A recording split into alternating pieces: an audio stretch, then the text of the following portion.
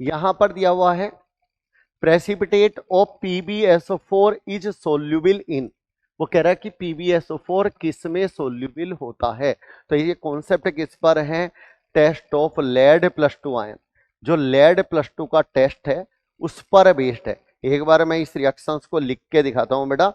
Pb+2 जब अपन dilute H2SO4 डालते हैं या H2SO4 डालते हैं तो बना लेता है हमारा PbSO4। व्हाइट पीपीटी होता है PbSO4 का, व्हाइट पीपीटी। ठीक है बेटा। और जो व्हाइट पीपीटी PbSO4 का होता है that is soluble in PbSO4 is soluble in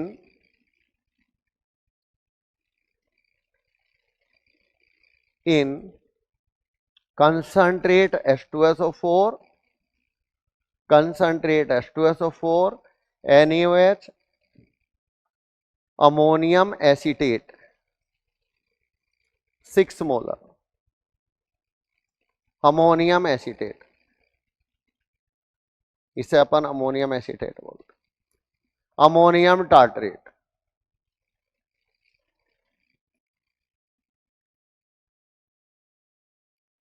क्या करेंगे बेटा, PbSO4 की रिएक्शन से लिख देंगे हम लोग अमोनियम एसीटेट के साथ, सोल्यूबल हो जाएगा ये।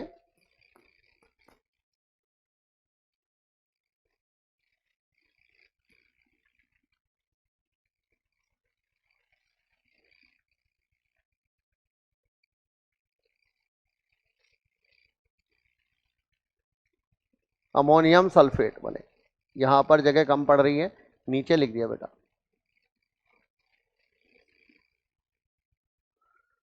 तो ये देख सकते हो ये सोल्यूबल हो गया है अमोनियम एसीटेट में हमारे पास में। तो यहाँ पर हम लोग बैलेंस भी कर सकते हैं रिएक्शंस को, यहाँ पर हमारे पास रिएक्शन बैलेंस हो जाएगी और इसे अपन फॉर्मूल ले लीजिए। ये रिएक्शन बैलेंस हो गई। ये PbSO4 का जो व्हाइट पीपीटी है ये प्रेसिपिटेट था, व्हाइट पीपीटी, और ये सोल्यूबल है। तो मैंने लिख भी दिया ऊपर रिएक्शन, ये सोल्यूबल हो गया हमारा पार्ट और ये सोल्यूबल होकर के हमारे पास में यहाँ पर। तो राइट आंसर किस में आता है हमारे पास में, यानी कि ये अमोनियम एसीटेट के 6 मोलर सॉल्यूशन में सोल्यूबल रहेगा। Dilute HCl, PbSO4 dilute HCl में सोल्यूबल नहीं होगा, डाइल्यूट H2SO4 में सोल्यूबल नहीं होगा, बल्कि कंसंट्रेट H2SO4 में हीटिंग करने पर सोल्यूबल हो जाएगा, PbHSO4-2 बन जाएगा। यहाँ पर ये दोनों ही इनकरेक्ट है।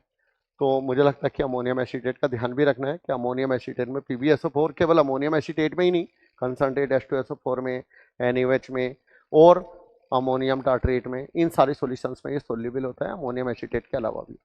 तो मुझे लगता है कि क्लियर हो जाना चाहिए। हम इस टेस्ट को पढ़ाते भी हैं बच्चों को, ये लेड+2 आयन का टेस्ट है और उसमें हम लोग डाइल्यूट H2SO4 डाल करके टेस्ट को कंप्लीट करते हैं।